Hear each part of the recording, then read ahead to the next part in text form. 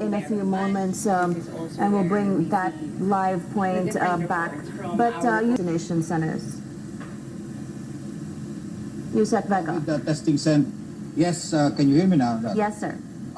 Yeah, we don't have any COVID testing areas in the polling places, but we Nanay do ko, bumoboto the na. vaccination centers very proximal to the polling places, and this is in coordination with the local government units and of course the hospitals of the Department of Health to make sure that anybody who haven't been given the primary doses of the vaccine or would need the booster dose will be able to access these units. And of course, we have a health desk for specifically manned by health personnel to make sure that any assistance coming from the different polling places will be attended to.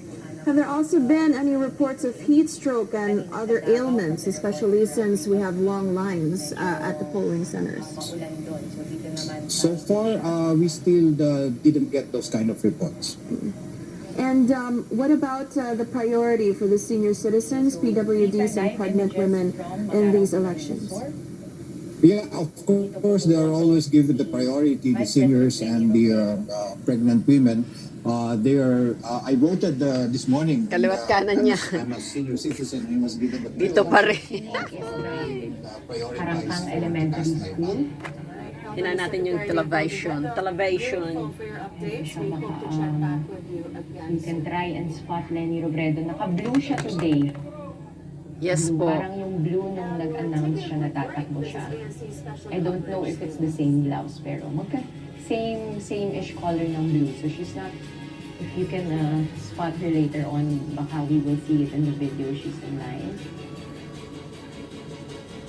Alright.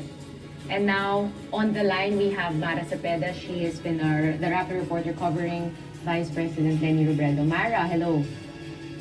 Hello, so we're live here at the Barangay Elementary School where Vice President Lenny Robredo arrived at past 9:50 a.m.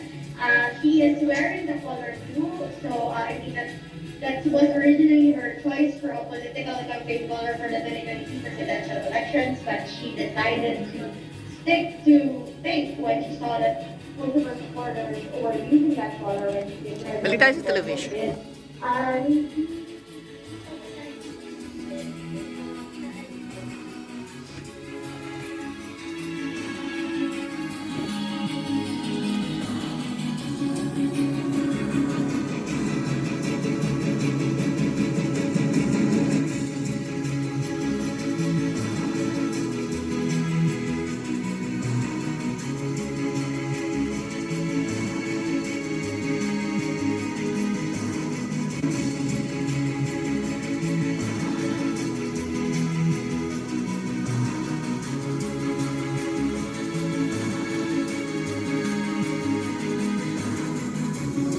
Ay nako, nandyan yung Marites ng Manila.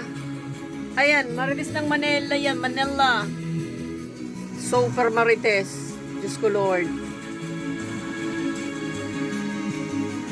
Ano naman kayo sinasabi niya? Talo ka na, wala kang daldal mo. Mamaya, kung ano naman sinasabi niyan. Lalaking yan. Chismoso. Mapanira. Siya ang bully. Nang bibintang. Presidential Benedict Moreno speaking to reporters now. Let's Ano listen. naman? All TV stations, radio stations, online media, and print will continue to provide the general population ng mga dumarating na data. Beta lang sa Gedli. Diyan ka lang sa gilid talaga. Wala naman. Maghahanap ako ng tatrabahuin. Wala ka ng trabaho. I don't want... I mean, anyway, tapos na eleksyon, di ba? Alam mo Hindi naman pa. ako, hindi ako titigil hanggat may natitirang kahit konting tatrabahuin. Trabahuhin mo. O mag-ingat ka, again ha, sa ating mga... Dito na lang ako, Adyo, ng matinong tao. Lubos na napasalamatan. Tumay, may kanya isko. Meeting de avance. Ha? Uy, pinasalamatan ko naman kayo. Kaya lang, saglit lang. Ngayon, dadamihan ko. Sa ating mga kasama sa media, maraming salamat sa inyo. Ay, Dahil one way or another, nakapagbigay din kayo sa amin ng pagkakataon na maipahatid yung aming mga saloobin, damdamin, pananaw, o mga bagay na sinasagot namin na dapat naming sagutin bilang kandidato. So I was Sagutin. given an opportunity by you guys. So thank you sa inyo. Saksaka ka cameraman, na nakachismosohon mo. sa online, print, and everything. Galit na ako Pati sa'yo. mga vloggers, thank you. You're part of my journey. And I hope someday you'll be the new Malacanang press corps. We, nangarap.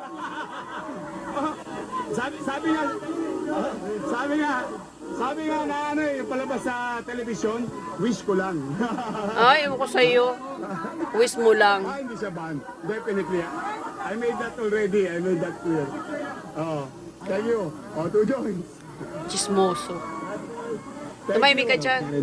Presidential candidate Isko Moreno Dumagoso talking to Layas! reporters. Ayan, dito thank tayo. saying thank you to them for being part of his journey and jokingly saying that maybe in the future they will be part of his Malacanang. Huwag mo press corps. mambalo. We're Tipo going yun, back to Camarines Sur. Vice President Leni Robredo, after almost 2 hours of waiting for her turn to vote, is now lined up with her filled-up ballot to have her vote counted. But Alala. as you Ano, can may see, they're diferensyang trying machine? to Ginuugo fix niya. the VCM in front of her, which could, make her stay a little bit longer. But earlier we saw her patiently waiting in line, and no need for a cheat sheet. She was trying to fill up her ballot. All right, yeah, it seems like the VCM, they're trying to insert the ballots now. We've been hearing this complaint from all over the country. Huwag from, naman sanang masira, speaking with please. Contradaya, Comelec also Pumasok admitted na, that please. a lot of the VCMs are encountering some problems, having to be restarted. Oh my God. And voters will have to wait until the ballots are actually fed. Meanwhile, the votes, Yan. those ballots Thank you, will Lord. actually Pumasok. have to be Yung put resibo in a pa, ma'am. separate Hintayin niyo container, po. see-through, everybody can see Wait it, po, wait. nothing will happen to it, and they can opt to Nanay wait ko. until Yan ang all the nanay ko, ballots lutang, are fed lugaw, later in whatever. the day. Mananalo Since siya. The VCM has started working again, and Vice Hi, President Nay! Robredo will be able to... Nanay ng bayan. Hopefully it doesn't act up again so she can take her turn. We're going back to Professor Edmund Tayo. We were talking to Ayan, him lumabas yung about, resibo. the campaign of Vice President Salamat Leni sa Robredo. Diyos. You mentioned a slow burn. Ipabasa niyo yung resibo which niyo. gained Ay, pangit momentum, yun. Dapat until, pinabasa yung of resibo course, kung tama yung pumasok. recently. Your assessment of that, is that enough? That gaining of momentum leading to election day? Pasok to po, propel her to pasok. the presidency? Well, unfortunately, I don't think there was enough time to really see through this supposed gain in momentum. You see, I can only compare this, of course, in all previous elections. You see, Yan, pasok. in the case of Thank you, Erap Lord. Estrada Pumasok. and Noynoy Aquino, from Yung the resibo, very beginning, resibo. they were already leaning, Hi, leading, Nanay! the surveys, no? The pre-election Nanay, surveys. love you po. And they, of course, ended up winning their respective elections. Of course, Erap Estrada has been known to be a presidential candidate so much earlier than 1998. In the case of former Oops. President Noynoy Aquino, he declared his presidency Bakit? only September. The family, has laid back to rest, the matriarch, former President Cory Aquino. Now, in the case of 2016, when then candidate Duterte, mayor of Davao City at that time, declared, his possible running as president, the surveys were reflecting only 5%, approval, or that he's known by the people, to the tune of 5%. Increase in VP Leni's numbers sometime in the late April already. Not to mention also that the movement in the numbers has been true only as far as the tail enders are concerned, meaning VP Lenny down to the other presidential candidates. But the numbers of the front runner has barely moved, no, at the outset. So I'm not sure really whether that would be enough for this election. Okay, we're getting back to Professor, but we're showing live shots now from Sarangani, where Senator Manny Pacquiao set to camp. He retired from boxing last year to pursue the biggest fight of his life, his presidential bid. Back to Vice President Leni Robredo, who finally has cast her vote. That's almost 2 hours of waiting at the Karangkang Elementary School in Camarines Sur. They're posing for some people who wanted to take a picture after her vote. We will see if she is going to talk to some members of the media after she goes out, and if she does, we will bring that to you live.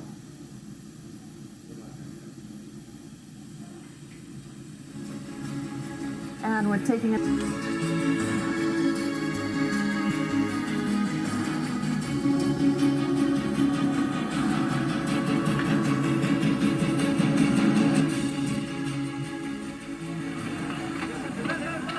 Vice President Leni Robredo speaking to media. Let's listen in.